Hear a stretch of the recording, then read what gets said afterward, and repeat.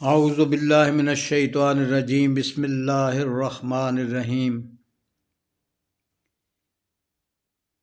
12वां पारा सूरा हूद।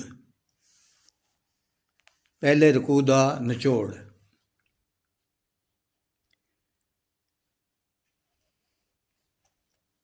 अरशाद होया कुरान मजीद इस तरह का कलाम है बई जिंदे शुरू च जदों नाज़ल होईयां सूरतां तो छोटियां सन लेकिन जामे सन।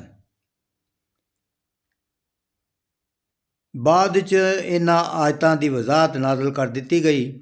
कुरान दी दावत ये बई अल्लाह दी बंदगी करो ते उंदे कोलों गुनाहां दी बख्शिश मंगो। अल्लाह तुहानू पूरे दा पूरा अजर अता फरमाएगा ते जे तुसां दावत कबूल ना कीती ते अल्लाह तुहानू बड़े वड्डे अजाब नाल दो चार करेगा। अल्लाह ने कायनात नू 6 दिनां च बनाया।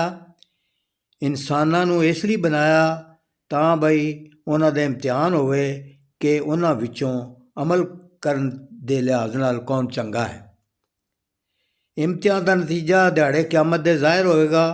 काफर इन्हां गल्लां दा मजाक उड़ाते ने और बड़े तकब्बर नाल आखदे ने कि साढ़े ते अजाब क्यों नहीं आंदा।